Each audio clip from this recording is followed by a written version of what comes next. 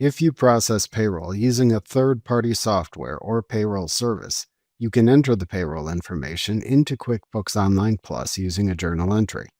The payroll summary report you receive from the payroll service contains all the information you need to enter. If using a third-party payroll service to process your payroll, you can enter a journal entry like the one in the following example. In this case, you do not track the liabilities in the journal entry as the payroll service reports and pays the payroll liabilities for you.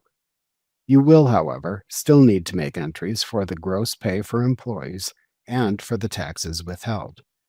To make this journal entry, hover over the Create button and then click the Journal Entry link under the other heading to open the journal entry window. Enter the paycheck date into the Journal Date field. You can enter a journal entry number into the journal number field if you would like. You then need to create the entries within the debits and credits columns. The first entry is a debit to the expense account used to track gross wages. This is where you enter the total for the pay period.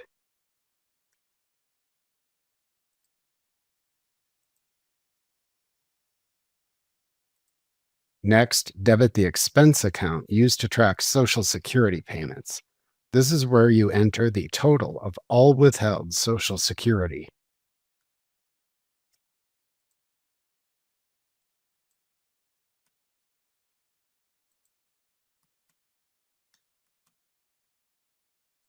The next entry is a debit to the expense account used to track federal unemployment payments.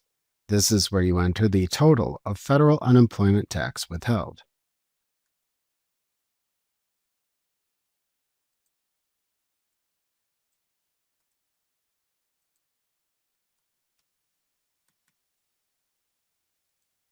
Next, debit the expense account used to track Medicare payments. This is where you enter the total Medicare payments withheld.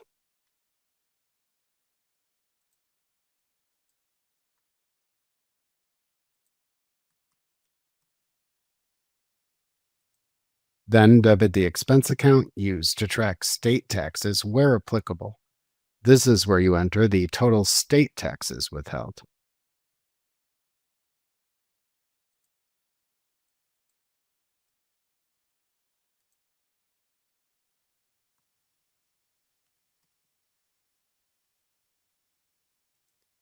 Then debit the expense account used to track the third-party payroll processing fees.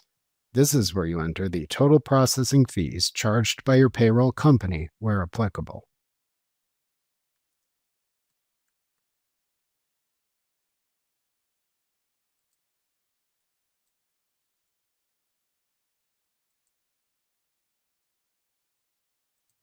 The final entry is a credit to the bank account from which the payroll is deducted. This is where you enter the total amount of your payroll run. This includes gross pay, deductions, and the processing fees from your payroll company.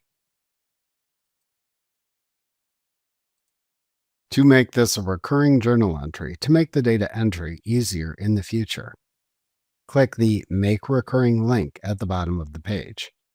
Then enter a name that is easily remembered into the Template Name field.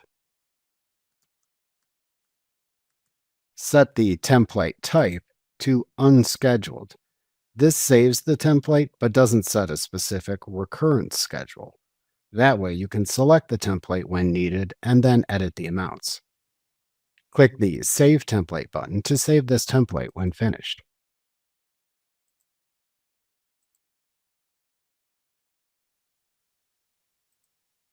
Note that the preceding example does not show any accrual of employer liabilities as the payroll company is responsible for that. However, if you do not use a third-party payroll company or you are responsible for making the liability payments, then you must slightly adjust the preceding journal entry format to note the liabilities you are holding for payment. In this scenario, you need to enter 3 credit lines within the journal entry instead of the single final credit line currently shown. First, credit the bank account used to process payroll by the amount of the processing fee. Then, Credit the liability account used to track payroll liabilities by the amount of the payroll liabilities you need to record for the payroll.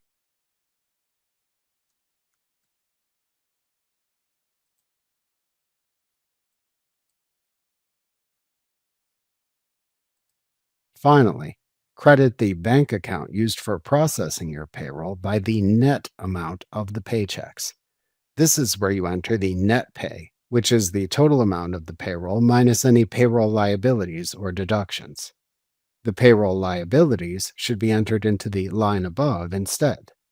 That lets you track those amounts in a liability account until the time comes to pay the liabilities.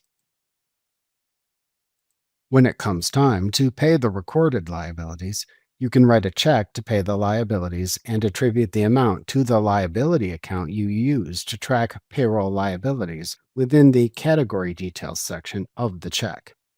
After writing the check, the amount in the payroll liability account should either be zero or the current outstanding payroll liability amount. Also note that federal and state employee withholding taxes are not shown within the journal entries because these withholdings are paid to the tax agencies directly from the employee's gross pay. These are not an expense to the employer, as the employer only acts as an intermediary between the employee and the tax agencies.